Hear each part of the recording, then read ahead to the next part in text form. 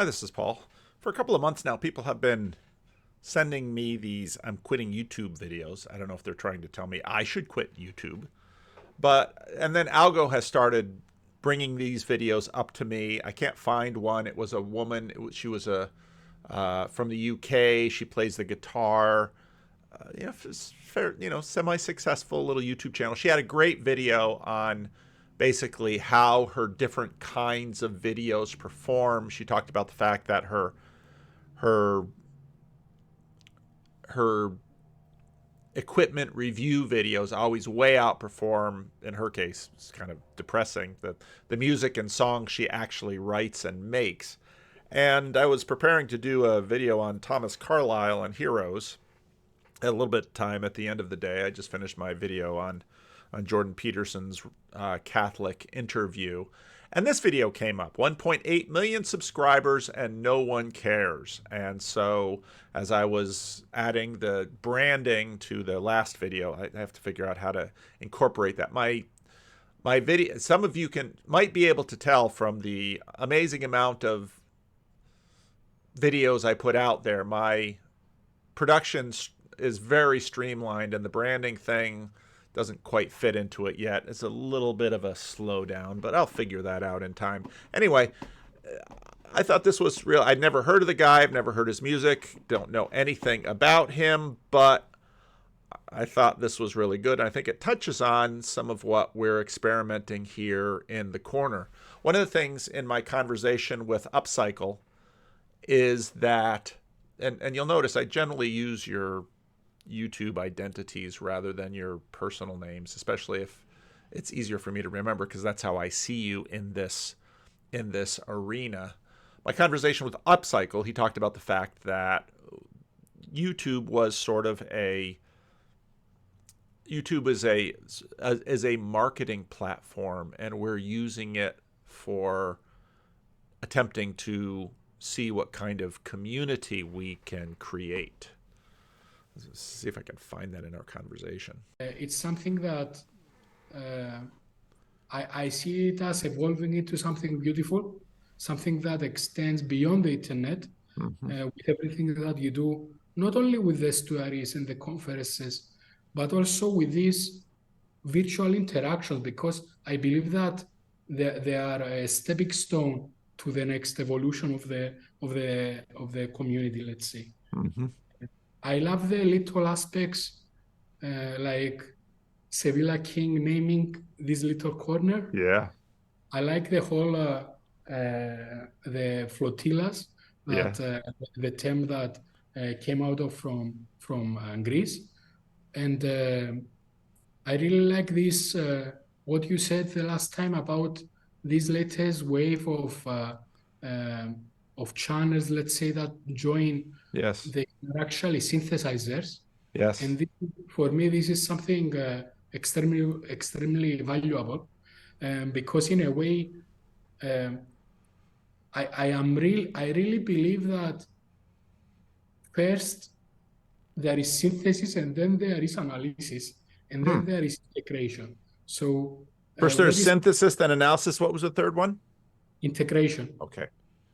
So a lot of people, what they do, they just decompose everything into the fine parts and they overanalyze. But with this latest addition, let's say that in a way, this is also your function. Like you are also a synthesizer. So in a way that this new influx, let's say, of channels from, okay, I'm gonna give some shout outs here from. And then he gives shout outs. In the question and answer a couple of weeks ago, I talked about, where is the love between your grandpa and grandma? It's in their kids. It's in their house. It's in their. It's in the artifacts, the physical artifacts of their union. A big piece of what humanity is about is instantiating the physical into instantiating the spiritual into the physical world. That's a lot of what we do. And so in this online space, which Upcycle basically said, this is a marketing platform, but you're using it for something different. And I think that's right. Now, that gets into, let's jump into this video, because the whole video I thought was good. Sorry for the title of this video, but it's a riff on the title of an excerpt from a podcast featuring Freddie Wong. Now, Freddie Wong is an OG YouTuber. His channel Rocket Jump was massive back in the day. They did all these amazing action short films, collaborations with like Jimmy Kimmel, Key and Peele. From my perspective as a fan anyway, Freddie Wong like made it as a YouTuber. So it was pretty jarring to hear what he had to say on this podcast when I heard this maybe about 4 years ago. We did a lot of stuff on YouTube. We set records for crowdfunding. We did a web series and blah, blah, blah, blah. Who cares? Nobody gives a Yeah. That's what it is. Sorry, here's the hard lesson that I've learned. Anything you've done in this context, nobody cares. Because at the end of the day, there's only two things that matter in doing stuff in the traditional Hollywood sense, which is, did you make anyone any money? Did you win anybody any awards? You know, when I watched this video 4 years ago, it really changed my perspective as a YouTuber and where my space was in this creator economy. Because as Freddie showed, YouTube might be a dead end. I've been making videos here on YouTube for 18 years now. My first video came out in February of 2006. My YouTube career is old enough to vote. I've only been doing it like professionally though for about 8 years. And in that time, I've made video essays and vlogs that I deeply care about and have been able to share with millions of people from around the world. But here's the thing though, right? It's all been on YouTube.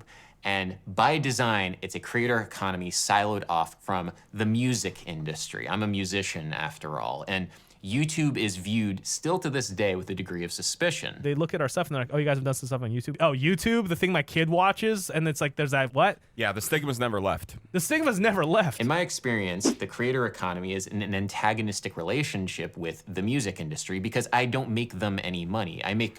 Okay, so we're not involved in the music industry. That's not what we're doing. But the dynamics, I think, that he points out are likely have some analogies. The church world, I don't think it's the same with the church world. I tend to find people in the church world, at least the evangelical side of the church world, more impressed by numbers. Perhaps because to one degree or another, the church world is already an attentional economy. I don't know that the music industry or the film industry understands what they are about. Did it make any money? Did it win any awards? Now, these are platforms and arenas that have a degree of instantiation in the world, and they have status in our country and in the world culture. I think, part of the reason, let's say, thinking about Jordan Peterson going over to Daily Wire, part of what makes people nervous about YouTube, and, we talk about it in this little corner sometimes too, is the fact that YouTube can pull the plug at any time and you're just out of luck. You're just done. In other words, you are wholly dependent on this corporation called Google. And Google has a really terrible track record in terms of just quitting stuff. Now, I don't think they're going to quit YouTube anytime soon, but they've quit other things. And even if they quit YouTube, I was just talking to someone who was taking this little course with somebody, and they were talking about getting all the emails, and you have to get all the emails of your followers, because then if YouTube pulls the plug or if YouTube goes away, then you can email them. And it's like, email them? Email was dead. Email's dead already to a degree. YouTube's more alive than email. So, especially if you're on Gmail, Google could take that away. They're making too much money mining our information. But let's keep going. Google money. It's just me out here with my camera and my editing software. Nobody has staked their professional reputation on my own. I don't make anybody else any money. Did you make anyone any money? Did you win anybody any awards? In fact, the music industry thinks that YouTubers take money away from them, and then they try to take that money back. The industry in which I want to work, very much like the industry that Freddie wanted to work in, does not care. 1.8 million subscribers, and no one cares. Very dramatic, I know. Now, this also gets into something that I've talked about here and there, which is the subscriber numbers. They do not mean what you think they mean. And you know that if you are on the other side and you look at the analytics, the amount of a video that people actually watch, if you look at hours watched, that might tell you a little more. But the question is, again, okay, so your grandparents' love is in their children, it's in their home, it's in their business, it's in what they leave to the next generation. That is the pattern that repeats. And, you know, that's part of the reason why, you know, Malcolm and Simone caught my attention, because they at least had an eye out for that.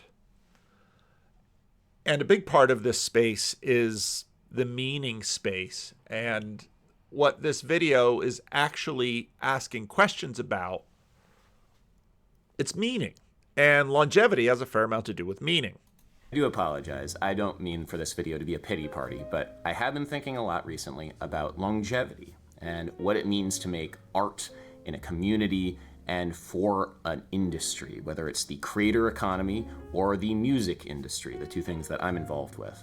And when I take a look at musicians and the music industry and I see how long people will make art, how deep into their careers they make art, I have some thoughts about it, you know? Roy Haynes, for example, is a jazz drummer that played with Charlie Parker, and he's still going. He's 98 years old. When I look at Roy Haynes, I can see that if I focus on music, I know that I have a creative future until the end of my life.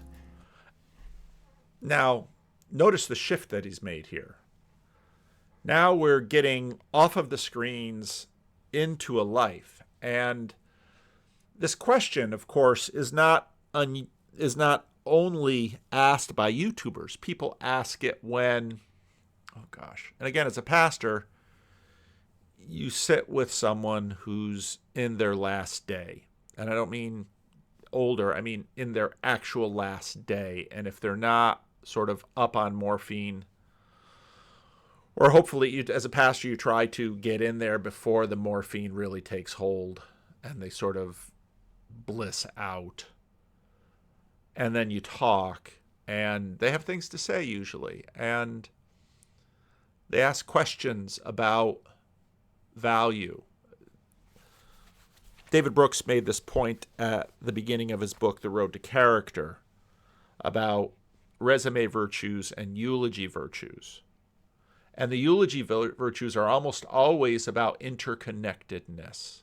And if you go to a funeral, you will hear stories that people will get up, because usually at a funeral there's a time that people can get up and say something. They will get up and say, I was in trouble and so helped me.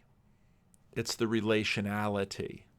And all of this stuff, you know, I really don't know that at my funeral someone's going to stand up and say, Paul Vanderklay had X number of YouTube subscribers, X number of followers on Twitter. And again, I'm small. I'm not near 1.8 million or 8 million or any of this kind of thing, because I have enough of a sense that these numbers don't matter.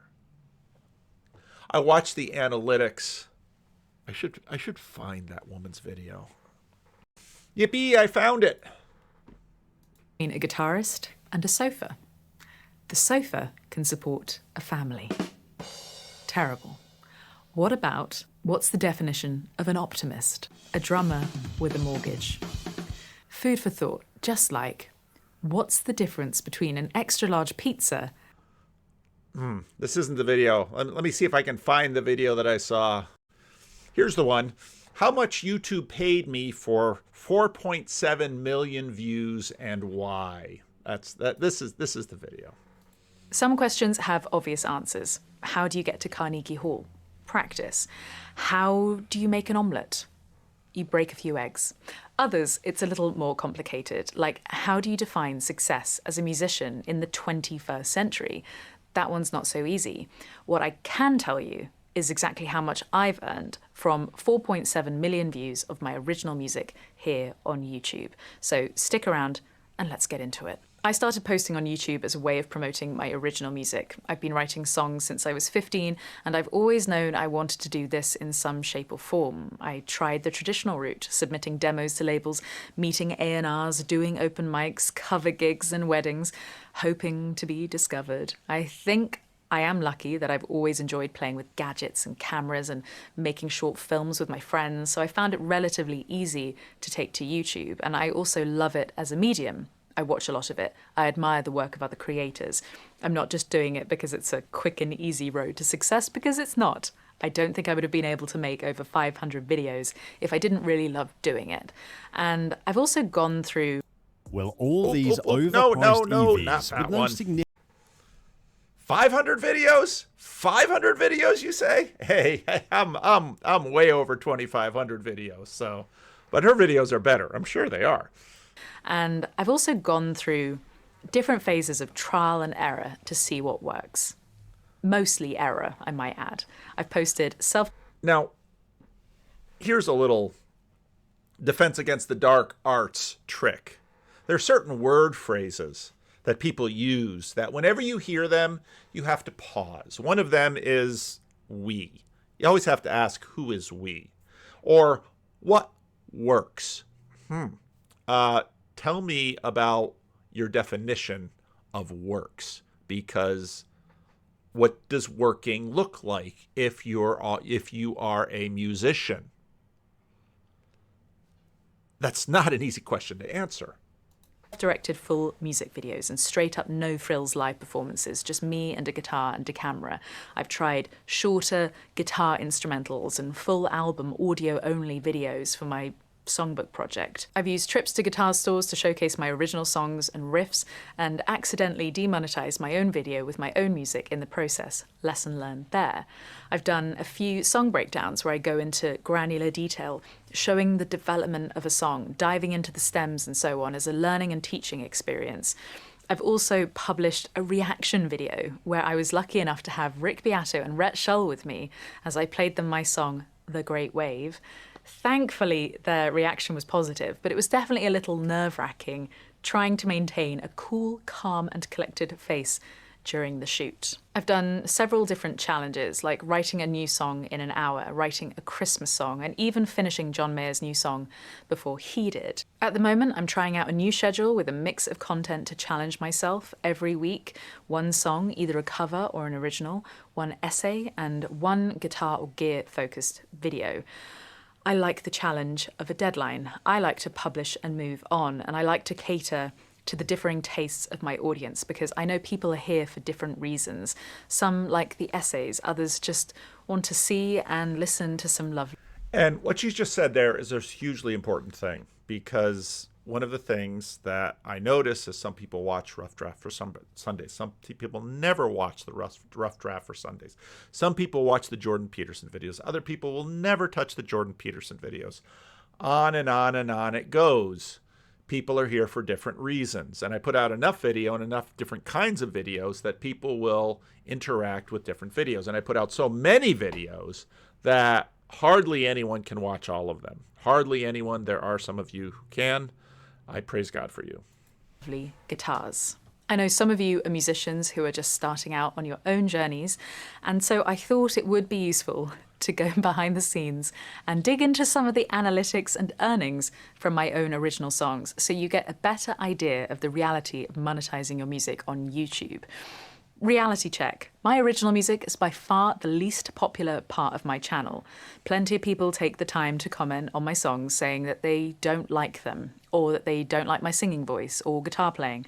And to them I say thank you, because I appreciate you. It definitely helps me keep my feet on the ground and keep innovating my content so that I just hit every single pocket of But she keeps doing it, and that's key. And if you go back to the other video too, I mean, you get to the end of the video here, and he basically says, you know, I basically, and this is what you find with a lot of these, I'm not really quitting YouTube. I just don't serve the algorithm anymore. I use YouTube the way I want to use YouTube. Do yourself a favor. Start there. Okay? Start there. And part of what I love about this little corner is, for the most part, in terms of this flotilla of channels, this is what I see people doing.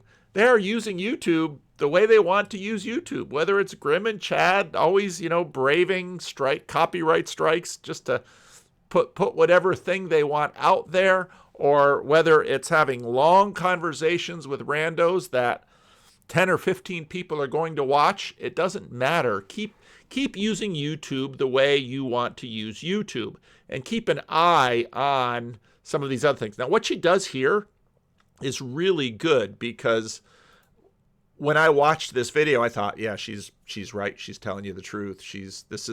You see things when you see the analytics and you watch them. You pay attention to the analytics. You pay attention to the comments. You pay attention to the ecosystem, and you learn things about this machine. Everything I'm interested in. The views are consistently lower than gear reviews or most essays, ranging between 10,000 for breaking down my own song Only One to 1.6 million, what happens when I walk into a guitar store, which is the video I accidentally demonetized by getting an automatic copyright strike for featuring my own song. Those views might take several years. Can you imagine? She gets a copyright strike for using her own song. You would think somebody in the machine that is Google would look at that and say, we should probably undo that. But the damage is done. Those 1.6 million views aren't going to appear again. But ironically, as she said before, the song wasn't what brought them there. It's because she did a product review. And if you go to YouTube, I watch product reviews all the time. Those videos do really well on YouTube, product reviews. But you look at analytics and, well, yeah, so your product reviews might do really, really well. But then you're going to wind up where this guy was, which is 1.8 million reviews, and no one cares. And no one cares. That's the hard part right now, is that I always feel like we're in between. This podcast excerpt came out about a decade into Freddie's successful career on the internet, and I really don't think it's a coincidence that most of the YouTubers who are quitting or scaling back, like Tom Scott or Matt Pat, for example, had a successful career for about a decade or so. In fact, a comment left on the YouTube video for this podcast excerpt called that shot 4 years ago. So now we live in the era of YouTube quitting and people making videos about YouTube quitting. I'm so sorry for contributing to that, but hey, I had things to say, so. Now, I've watched a number of the YouTube quitting videos, and in many cases, I understood it completely watching successful pastors, because this all gets into this definition of success. Generally speaking, the way our culture views a pastor as successful is whether or not their church grows. Attendance, bucks, and building. That's what matters. And you usually say butts, bucks, and buildings. If your church grows, you are successful.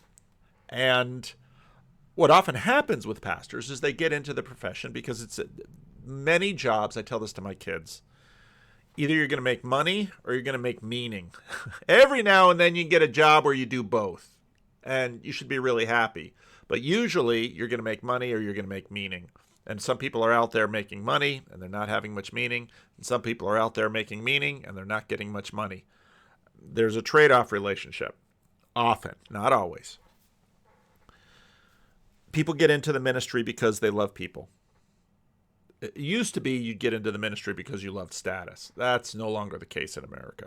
Unless you're in a particular subculture that really values its ministers, for the most part now, you get into the ministry because of meaning, not money, not status, but meaning. And then what happens if you're charismatic, if you're particularly good, if you somehow just had the right niche at the right time in the right place and your church grew, very quickly you go from Well, a lot depends on what kind of ministry you wanted to do. Some ministers are sort of covert scholars, and they want to spend all of their time in the office reading books and thinking about things and writing the best sermons imaginable. Some pastors are all about people, and they want to go out, and they're evangelists. They want to go out and meet new people and bring new people to Christ. Some pastors are pastoral care specialists, and they go out and they love nothing better than visiting, sitting, doing all that work with people. Some pastors are sort of pastoral therapists, and they really enjoy getting into the nitty-gritty of individual problems and transformations and watching people thrive. What happens if you're successful, and this is the same thing that has happened with many YouTubers, and actually Mary Spender has another video on that, is you wind up becoming a manager. Because suddenly now you have to manage the church. And so much documentation in the 80s and 90s was all about pastor as entrepreneur. And you shouldn't work in the church, you should work on the church. And you spend all of your time doing leadership visioning and directing.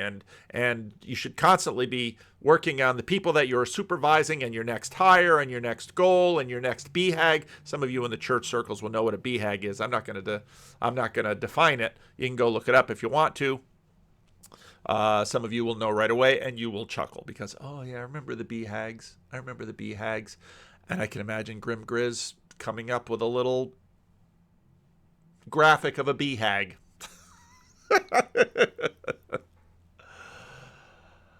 And a lot of those pastors got burned out because at heart, they wanted to be a scholar, they wanted to be a caregiver, they wanted to be an evangelist, and what they wound up being was a manager of an institution. And when this channel grew, and again, it's still not a big channel.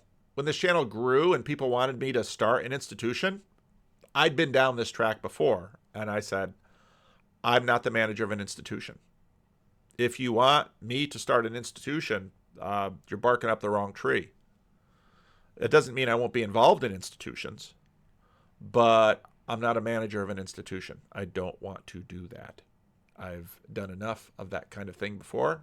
Not interested. What am I interested in? Watch my channel. You will know exactly what I'm interested in. You're stuck with me making this video. So 4 years ago, around the time I saw this podcast, I made a retrospective of my then 14-year career on YouTube. And I started thinking about building something else that did not put me in this antagonistic relationship with the music industry and with a recommendation algorithm, because it just was not sustainable. I was getting burnt out. And, you know, tale as old as time. YouTuber burns out, right? There were two solutions for me here. The first is Nebula. Nebula is, of course, the why. We get a commercial. All that signs and all that was nice. People have been doing it for many decades beforehand. We all decided to go down the direct-to-DVD horror movie route, which we were all embroiled in back in around 2009, 2010. Mm-hmm. And we decided to all just be like, let's make movies, feature films that are cheap and can turn a profit. Those alternate reality versions of ourselves are having a better career in Hollywood right now than us. Sungazer started 10 years ago, and I do wonder where we would be if Sean and I And so then they look at retrospectives.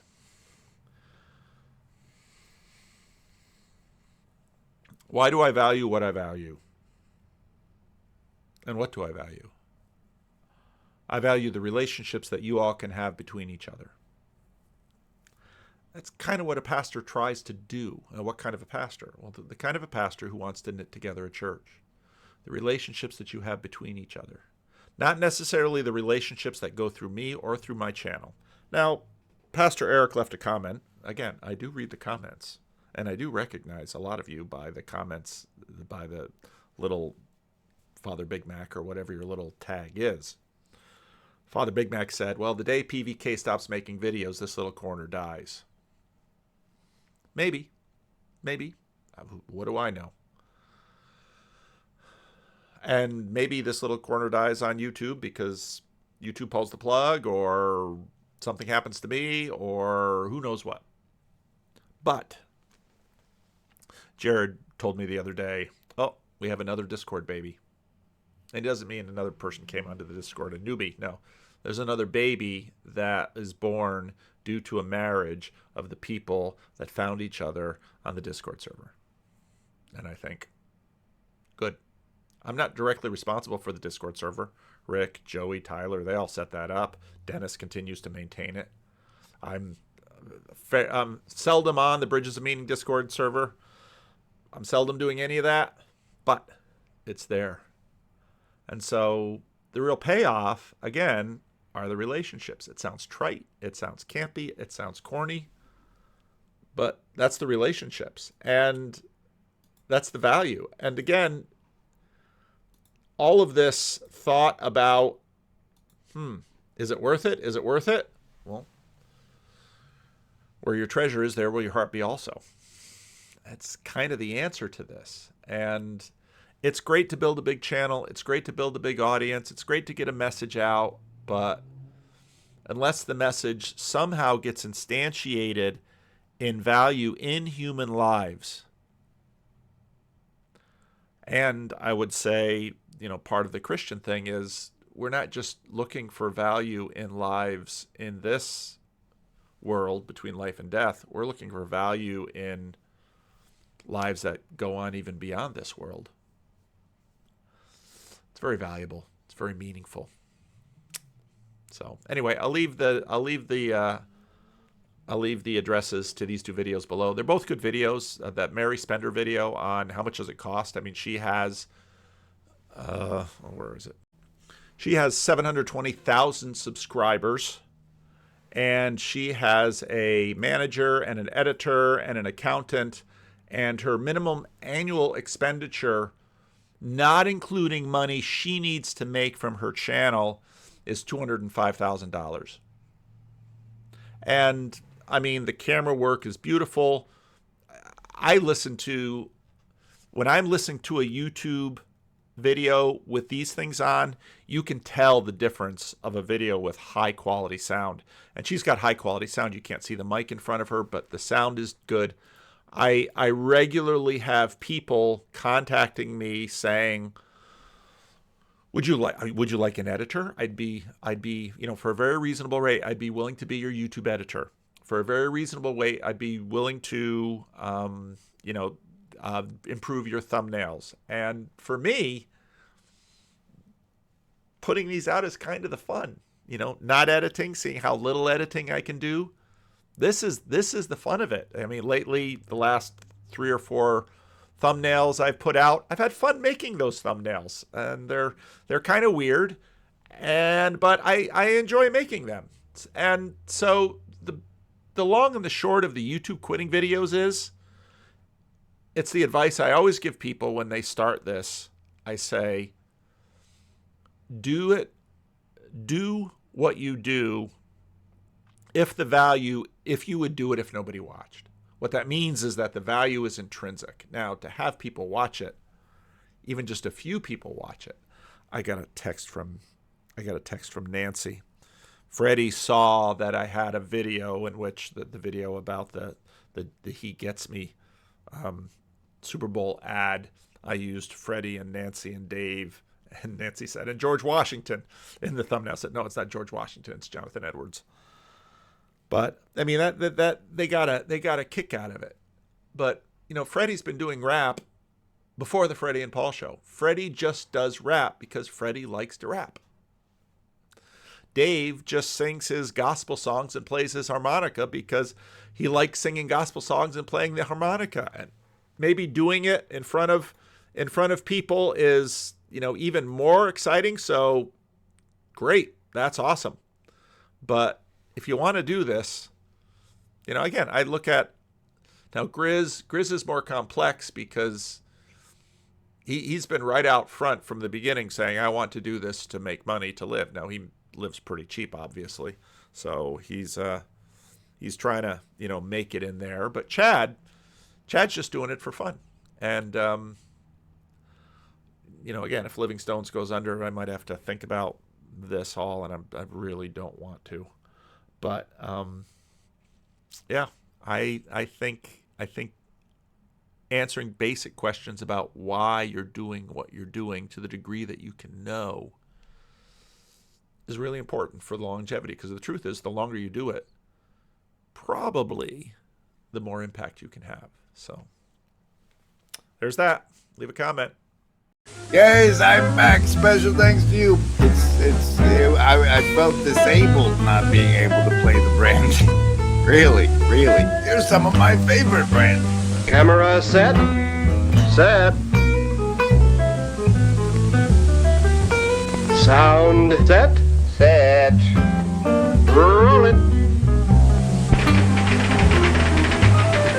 The laws of probability and chance indicate that if an infinite number of monkeys are given typewriters and allowed to peck away for an infinite time, they will eventually produce all the world's great literature. But in the process, we find monkeys, like humans, also turn out quite a bit of absolute junk. Action. In voice recording, the essential quality we must strive for is intelligibility. Cut. That was good. Good, very good. Do you think it was me, CB? Do you think it was really me? You were sensational, Pussycat. Just sensational. We did it, CB. Another great shot. Okay for sound? Hello and welcome. Welcome, everybody. Welcome back. It's so much easier when I can hide behind the branding, and I'm glad you're here for it.